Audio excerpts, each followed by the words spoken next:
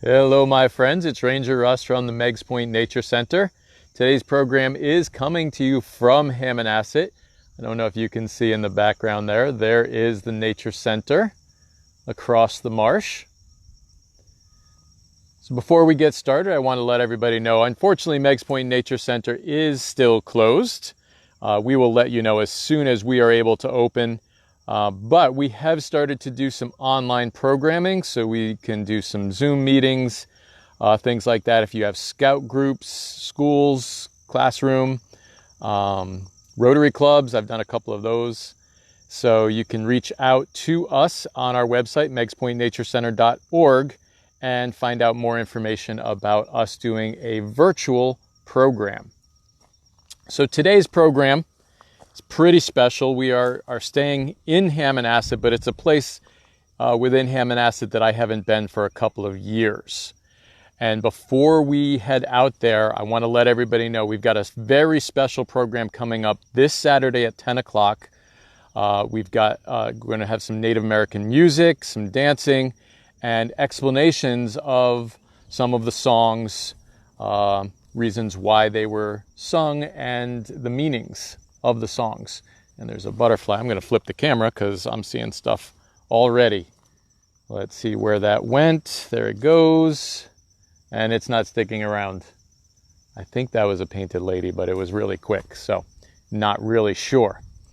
Okay, so again, if you are new to the program, we encourage you to put up where you're messaging from. If you have any questions or comments, you can make them at any time. And I see Uncasville is already here, Wallingford is here. And did I see Michigan earlier? Yes, I did. So today's program, we're going to be going to an island. It is connected by this causeway, so we're not at the island yet. And the island is called Suribachi. Now, if any of you know your world history, Mount Suribachi was an island during World War II, which the Japanese put bunkers and tunnels all over it, and the U.S., mainly Marines, had to conquer this island. We think that this island, our island, was named Suribachi by veterans coming back from World War II, and there was sort of a bunker, we'll take a look at it when we get out there, on the island. And that's, we think, how Suribachi got its name. Not really sure how it got its name. It's not on any maps as Suribachi Island. Just that's what we've called it ever since I started working here. Even before that, people called it Suribachi. So, again, this is an island. So you can see I'm walking the causeway, the little dirt driveway that leads out to it. There's a marsh here on my left, and marsh on the right. Looks like the tide is up right now because we have water coming right up to it right here. Okay, you can see that orange there. That's some glasswort or pickle grass. Probably some crabs in here. Suribachi is located pretty much directly across from our east bathhouse. And you can see it's got some upland wooded trees on it. And if you remember the weasel program, that was on Charlie's Island. That is Charlie's Island right over there. We can see Charlie's Island. We can see one of our old Osprey platforms there. And actually, the Osprey are still using that platform. We added replacement platforms, and the Osprey took those nests over.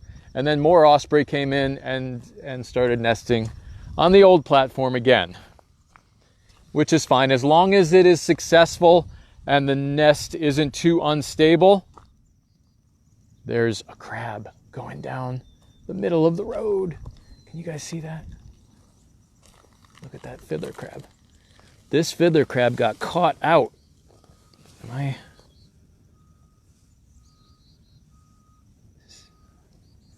See him in there? So this fiddler crab got caught out away from the marsh as I was walking down. It was walking down the road. Look at that. It's a beautiful crab. Now, male fiddler crabs are the ones with this big claw. See if I can get it to latch on there. It's trying to pinch me, but this claw is really not very effective. The very tip of the claw, if that got you, that would hurt a bit. But they really don't hurt you very much when they latch on. They don't hurt at all. But that's pretty cool. It was just running down. I thought at first it may have been a locust because the claw kind of looked like the wing of a locust, the pattern on it. But that's pretty cool. All right, we'll just let that go down the trail. Yeah, it's heading right back for the marsh. It's like it didn't like being out here. Somebody picked it up. So I was saying we will let the osprey continue to use the nest as long as it's stable and successful. If the nest starts to fall apart and the babies aren't able to stay in the nest, then we'll take it down. The old ones. The new ones are able to be refurbished and rebuilt. So if you look on the side here, this is a pretty straight channel. So this is probably a mosquito ditch, an original mosquito ditch. And I just realized tide is not up at all. So that water that we saw on the other side is trapped. I don't know if you can see, there are hundreds and hundreds of fiddler crabs all in the grasses down here. Like 1 square foot, I can probably see 15 fiddler crabs. They're all hanging out at the bottom of this mosquito ditch. So there are places in the marsh that when the tide comes up, the water gets up into it, and then the water will stay there when the tide goes out. And then there are places like this ditch where as the tide comes in and out, the water in the ditch goes in and out as well. Now, here's something interesting. I don't know if you can tell right there, there's those circular things. That's a pipe, and that allows the water to get from the other side of the marsh across the road to this side, because the salt marsh needs salt water in and out every day. But up on the far bank, when the current is coming in, when the tide's coming in really fast, it looks like it blasts the far bank, and there's all kinds of mussels over there, ribbed mussels, which, like the salt marsh, are in that bank. Either the mud got washed away, because there are mussels in the mud next to it, or that's a great place for them to get that water flow that they like. And there's an old pipe with crabs crawling all over it. See that section right there? There's a concrete pipe there, and there are crabs crawling on it. Right up the side of the concrete pipe. How cool is that? And then on this side, let's go over here and we'll see, this is the channel that I'm talking about. Now that out there is a natural channel, okay? And then these are dug, where they're straight and usually not as deep. That is a man-made channel. And you can see there are fiddler crabs all over down here as well. So I'm realizing Suribachi looks like a great place to come if we ever need a fiddler crab for a program. We've got a herring gull out in the marsh there, poking around looking for some food. Oop, here's something interesting. Right on the trail, we've got some scat. Ooh, this is coyote. Look at that. Looks kind of like, oh, there goes another fiddler crab caught out. I trapped him away from the marsh again. So here we've got some coyote scat. Looks a lot like just dog droppings, but a little bit bigger. Too big for a raccoon, too much of it for a raccoon, or even a fox. So that's what makes me say coyote. Not enough to be a bear, but that's really cool. So I know that we have coyotes through the park. When you do patrol midnight shift, which is midnight to 8 in the morning. Oh, look at that area right there. Fiddler crabs are all running across it, running away from me. When you're doing those midnight shifts, you see a lot of coyotes. You see a lot of wildlife, period. Skunks, possums, raccoons, coyotes, occasionally a fox, see some owls. I've got to do a few of those shifts Not got to, it's not a fun shift, but you do see a lot. How many nesting osprey do you have in the park? We have 5 new nests that have been renovated. And then we've got that old one that I just showed you. Let's go back over and look at that one. That one. So 6 nests this year that were active. And then there's an old nest over here, which is sort of leaning. Sometimes they do nest on it. This year they did not. So this year we had 6 nesting pairs of osprey. And I have to watch my step because these fiddler crabs are right up on the road here as we go down. So here you can see there's a natural channel. Nice and wide.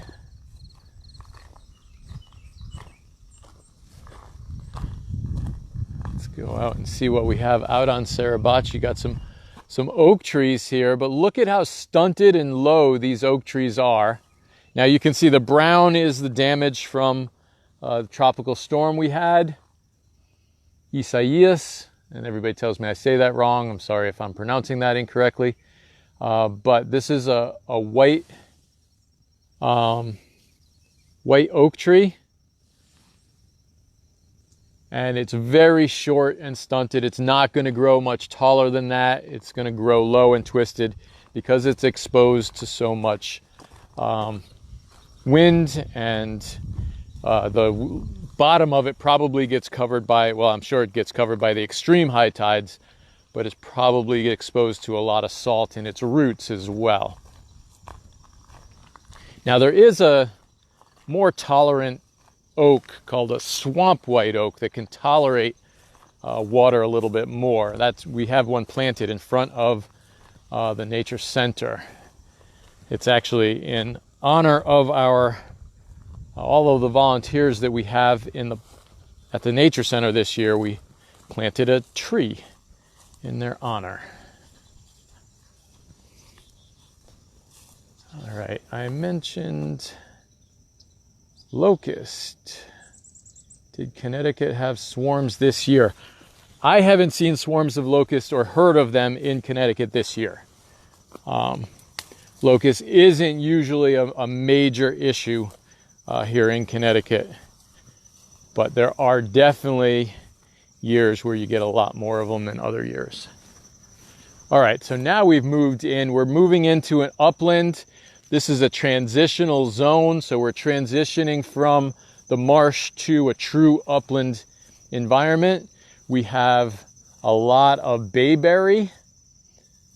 Has that beautiful smell. This is what the tree swallows like to eat. And I did see tree swallows yesterday, so they haven't, not all of them have migrated. But this smells absolutely delicious. That's a bayberry leaf. We also have our cedars. They like this transitional zone. We do have some invasives. Here's a honeysuckle, which we don't really like to see. There's not a lot of it out here so far, so no reason to come out and try and eliminate it. But if it does start to take over, I really would like to see us come out and be able to cut that now, but it's really time consuming. And here's another invasive. That's an autumn olive right here, the lighter leaf next to all of this bayberry. Now I'm noticing, look down here on the marsh edge. So this is a very short transition, and then we're right out into the marsh right there. But down below you can see there is styrofoam. You can see that white styrofoam there. There's blue styrofoam over here. When we get big storms, especially from big storms, where you get a lot more storm surge and wind that pushes the styrofoam up, it usually ends up along the edge here. And we'll go out and pick it all up. A few years ago, they actually hired a contractor to go in and clean out the marsh. There was so much material that kept washing up, and it builds up. And sometimes we see it, sometimes we don't. But absolutely, we do volunteer cleanup days where the volunteers will go out and we send them along these marsh edges to try and pick up some of this styrofoam. You can see there's another piece of blue styrofoam over there. So this is telling me that we had a storm that pushed it all in. And look, the ground sole is there. Let me get it. There we go. Is starting to bloom, starting to get that nice white. There's one more in bloom over here. So that's pretty cool. We'll have that. It'll be all puffy and white soon. That's a fall bloomer. So we're coming up. This was the road to access when this was a water treatment facility. Here we've got some winged sumac. That looks pretty cool, huh? Changes color before, well, the bayberry is an evergreen, so the bayberry is going to keep its leaves and the sumac does not. So it's already changing. And we've got some more invasives here. Here's some autumn olive again, and you can see here's the olive with the berries. Those are autumn olive berries. And then on this side, this really nice red is poison ivy. I like poison ivy. It's a good plant to have around. The birds like to eat it. But that berry up there, that berry is Asian bittersweet. Oriental bittersweet. Not Asian. Oriental bittersweet. Invasive, not a good one to have. Birds don't really eat the seeds. There are a couple of birds. I think the starlings do. But they're from Eurasia, so they're used to it. Our birds don't really like it. Native birds don't really like it. Not sure if you can see through the marsh here. We can look at the channel is flowing along the side of us as we go up this road. Here's a really large autumn olive. Wow, this might be one of the biggest ones I've ever seen. This is an autumn olive right here.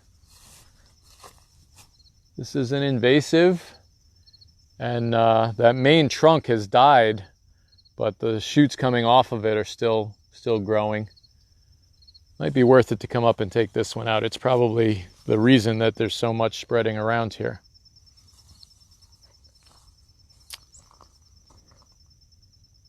Are the berries poisonous? So I'm not sure about the autumn olive berries. I don't think they're poisonous, but I'm not sure that they're edible either. Now, in general, in the wild, red berries, it's a 50-50 chance. White berries are almost always poisonous, and blue or black berries are usually edible.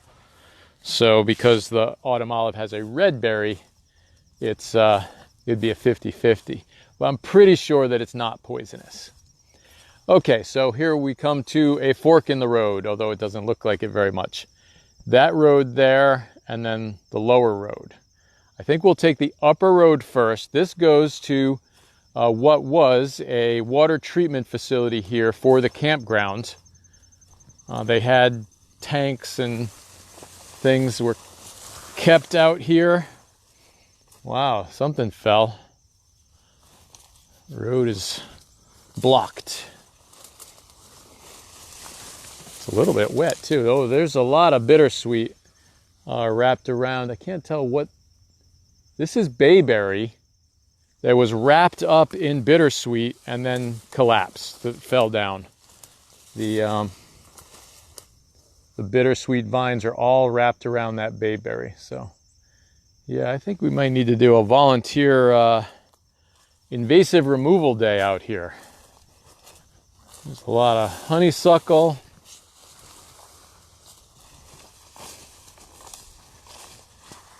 So we're coming into, you can see there's a chain link fence here. That was the fence around when this was a water treatment facility. If you remember Charlie's Island, they also had one.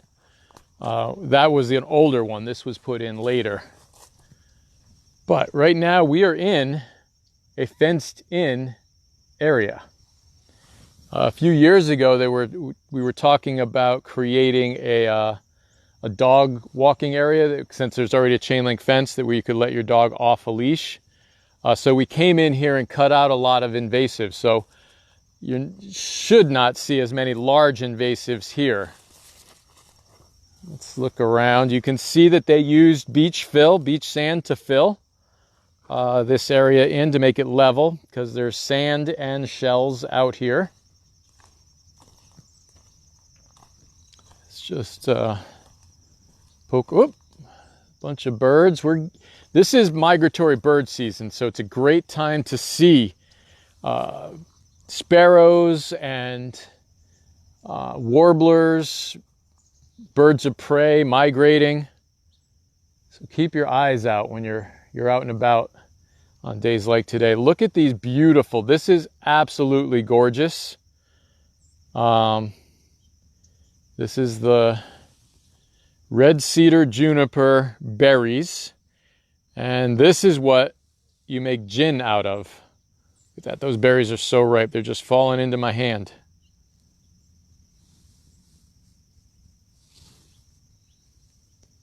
So that's what gin comes from. You crush these up, and it smells like gin.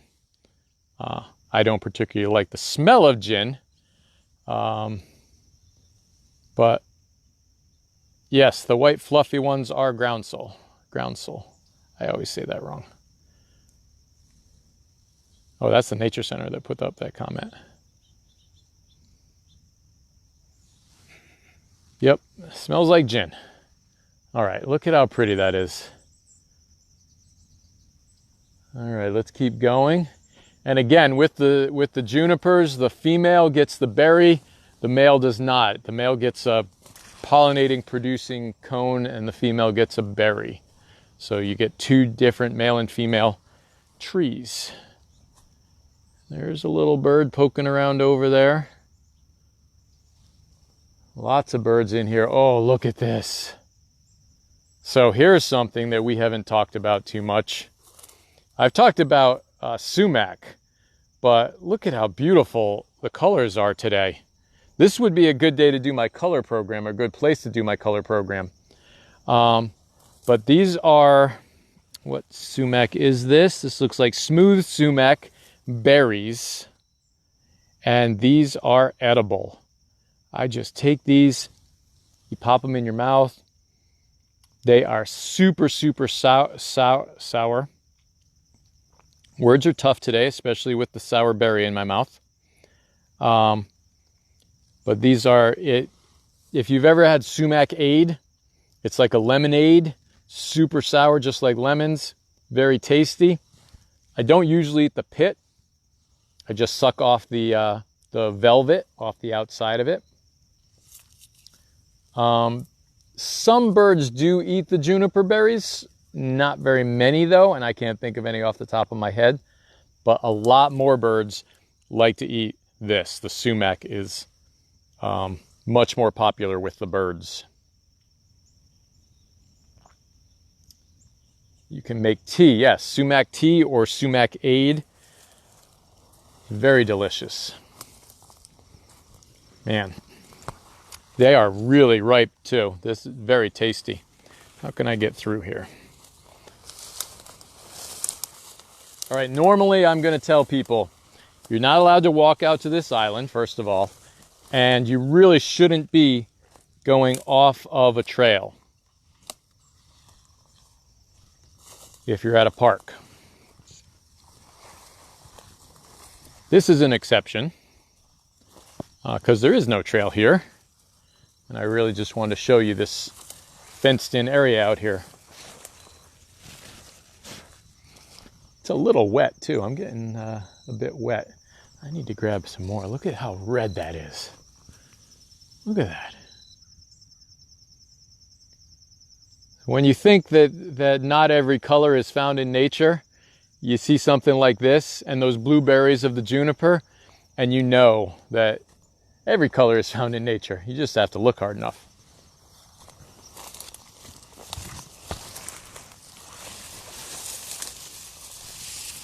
There's some nice new juniper berries.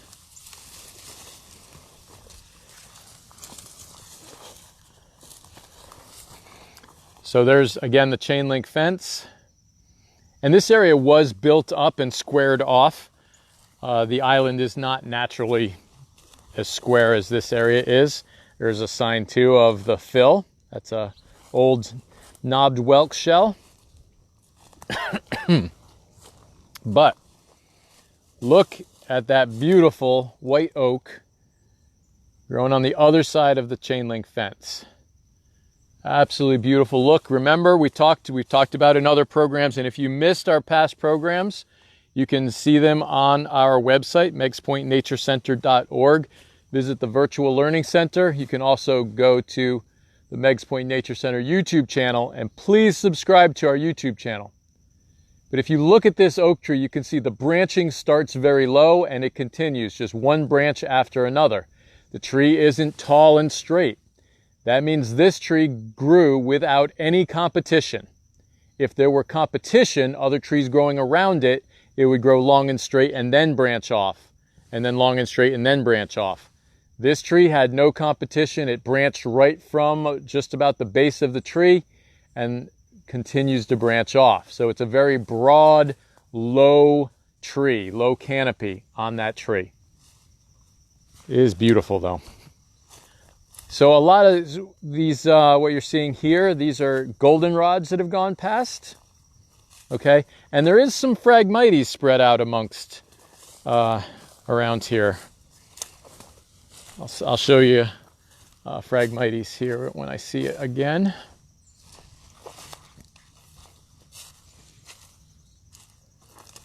This is just a cool little area. I mean, it's fenced in, but because there's no gate there, I think the deer could get in here. I haven't seen any major trails or scat, so I'm thinking that there aren't any large animals that are wandering around out here. I just can't pass up these beautiful berries and that. Look at that green. So this is the time of year to visit with a cedar tree. Look at that. All right, and so here you can see there was some of the work that we were doing. Cutting, that's an autumn olive that's down, and we were cutting it away from the fence. And I guess that's where the work stopped. Let's go here. A lot of goldenrod again. This is all goldenrod through here.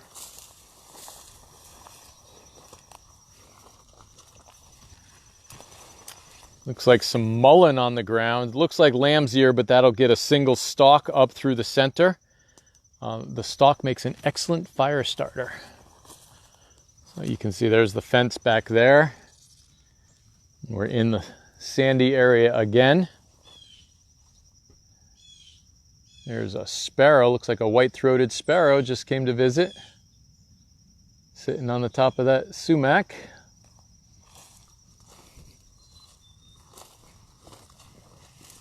So this kind of looks like a trail.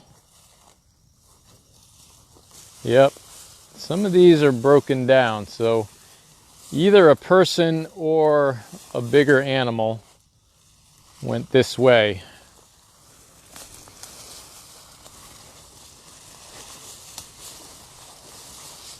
And another broken, so yep, I'm still on the track. All right, it's not a big animal because there's a bittersweet vine that's stretched across there. So whatever it is, it can walk under the bittersweet vine. All right. Hopefully my microphone didn't get too messed up going through all of that. Hopefully everybody can still hear me.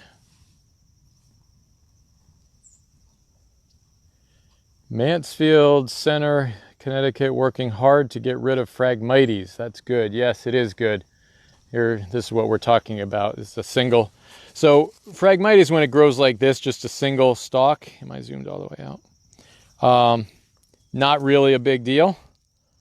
But when you get Phragmites that grows in a mass, that's when you run into problems with it. That's when it can be detrimental to the environment. This is honeysuckle, so this needs to be removed also. Oh, here's a stalk of mullein, like I was mentioning, that makes a good fire starter. So this would have yellow flowers when it's blooming, and this stalk right here If you're doing a bow system for fire starting, the stalk makes a really good fire starting material, and the leaves, these dried up leaves, that makes good kindling. You crush that up, put that at the bottom of your bow, and crank away. You can use the dogbane twine to make the string part of the bow, and just about ready to start a fire. All right, let's go back. Oh, there's a black-capped chickadee. Can you guys see that? Working really hard to get seeds off the goldenrod. Hope you guys can see that. I can't see it on the camera. Oh, he just left. Yeah, he's flitting around over there. He or she, black-capped chickadees, you can't tell males from females. And it looks like there's a phoebe beyond that. Or is that a... No, that's a type of a warbler, I think. Olivey color. All right. One of the coolest experiences that I ever had in grade school, we used to have a bird feeder outside the classroom window. And yep, there's a chickadee. It didn't go anywhere. Holy mackerel, it stayed right there as I bull through the bushes. Look at it, it's picking off the... Hope everybody can see this. This little chickadee picking off the seeds off the goldenrod. So in grade school, we used to feed the chickadees. We fed all the birds, but if you stood out there with your hand out and the seed in it, the chickadees would come and take the seed out of your hand. So as a 8 or 9-year-old, I got to have a chickadee land right on my hand. It was shocking how insubstantial they are, almost like a wisp of wind touching your finger. I can't believe it's sticking around here. It must really need some seed right now. And I don't know if you guys can hear it. It's singing up pretty good too. They do a chickadee-dee-dee, chickadee-dee-dee. Something just flew over my head. So yeah, it was really amazing experience to have a bird take a seed out of your hand.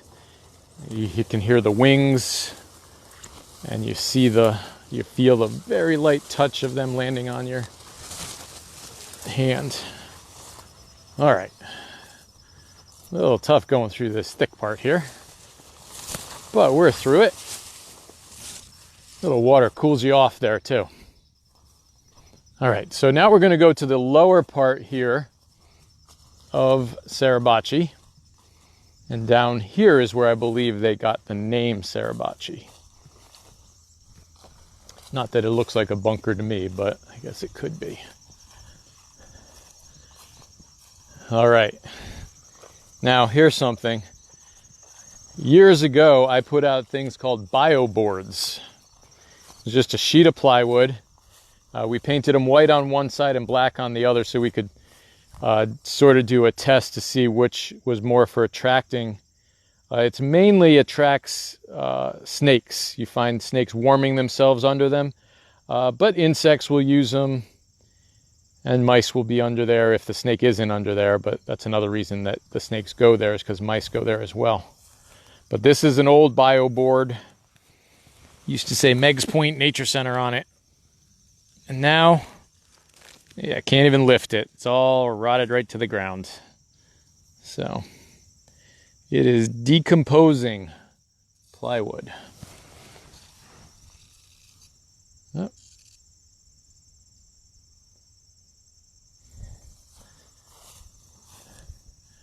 Okay. Got some nice color here from the sumac. Always nice to see. Ooh, something that I didn't know we had out here on Suribachi. This is Japanese knotweed. There's the seeds. We do not like to see this. It grows in these thick groves, looks like bamboo. I've talked about it. I talked about it a lot. Harkness has a massive amount of it. So here's the Suribachi part. It used to be a weather station out here. Before that, it was a pumping station Well, that's interesting. There's deer bones on the ground right in front of me here. Not an entire deer skeleton. This was dumped here. This is not a wild animal kill. Doesn't even look like half of a deer. Okay, so we've got, it's not old either. That's a part of the hip right there. There's the other part of the hip. I have a feeling that one of our NCONs dumped these out here after confiscating or finding them somewhere else. Just getting rid of them. There's parts of ribs. Those are ribs there. Some leg bones. No poison sumac in Connecticut, right? And it'd be white. Yes, it would be white. There are a few locations where you can find poison sumac in Connecticut, but they're rare. Poison sumac likes marshy areas, likes really wet areas, and it does have white berries, and it has a double compound leaf. I think maybe we should put up on our website the leaves of the different sumacs. So this is winged sumac. It has the small wing right here. Smooth sumac has a similar bark but no wings, and staghorn sumac is a rougher bark, and poison sumac has white berries so this is one leaf. Poison sumac would have, let's see, let's use this leaf.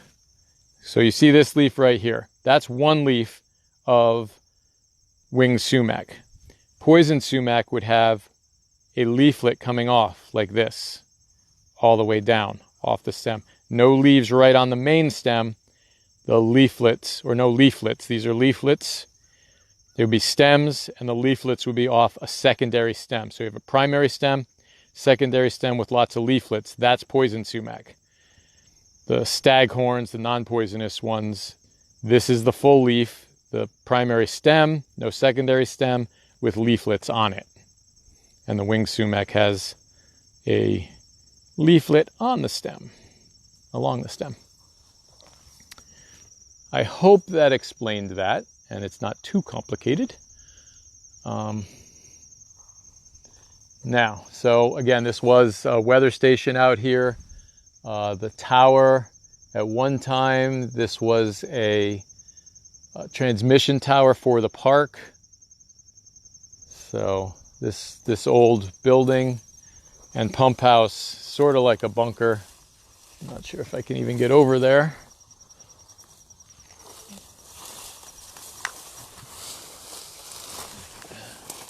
You can see there's a transformer box there.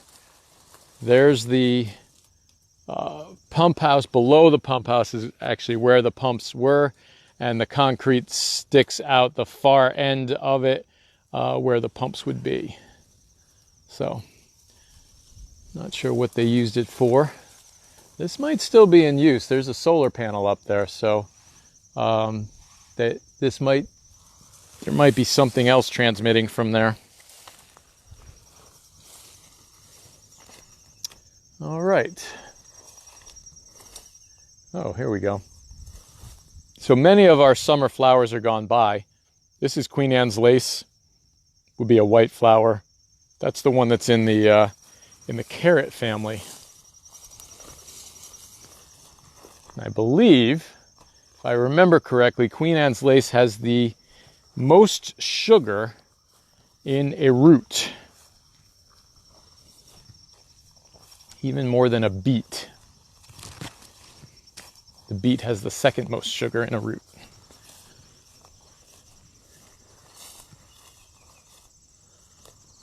All right, here's another rib over here. So this is much older than those other bones. And here's another pelvis. So yeah, I think this may be a place to get rid of some, look at that, a land snail. That is so cool. Just chilling out under there. I disturbed it. You can see its little antenna sticking out. I'm not sure if you can see that, but we have a land snail. Land snails do not like salt water. If exposed to salt water, it would die pretty quickly. We're going to put it back and put it upside down so that the snail is back the way it was. So yeah, there's some older bones down here. So we've got two different animals dumped here. Oh, here's something. Now, what I see here, first, what drew my attention here is the part of a jawbone. Looks like probably a raccoon. And then some other bones over there. But then, this is interesting. This pit was a turtle nest. The turtle laid its eggs here, and something came along and dug up the eggs. These are the fragments of the eggs. So unfortunately, this nest did not survive. Now, that doesn't mean that every egg out of the nest was eaten. It's hard to tell whether that's a terrapin, which I'm going to bet this is a diamondback terrapin nest. So they wouldn't have too many eggs, 8 to 12 or so. Snapping turtles have a lot more eggs. But then looking around, I see there's another nest here. There's another slight depression here and another set of old eggs. So this looks like a good place for diamondback terrapins to lay their eggs, except for the fact that this is also a good place for predators to find the eggs. Just like a carrot, yes, the Queen Anne's lace is in the carrot family. All right, is this another nest over here? Yep. So here's more eggs. I'm not seeing the depression from this one, but lots of eggs. Now, fortunately for us, diamondback terrapins are really increasing at the park, which is great to see.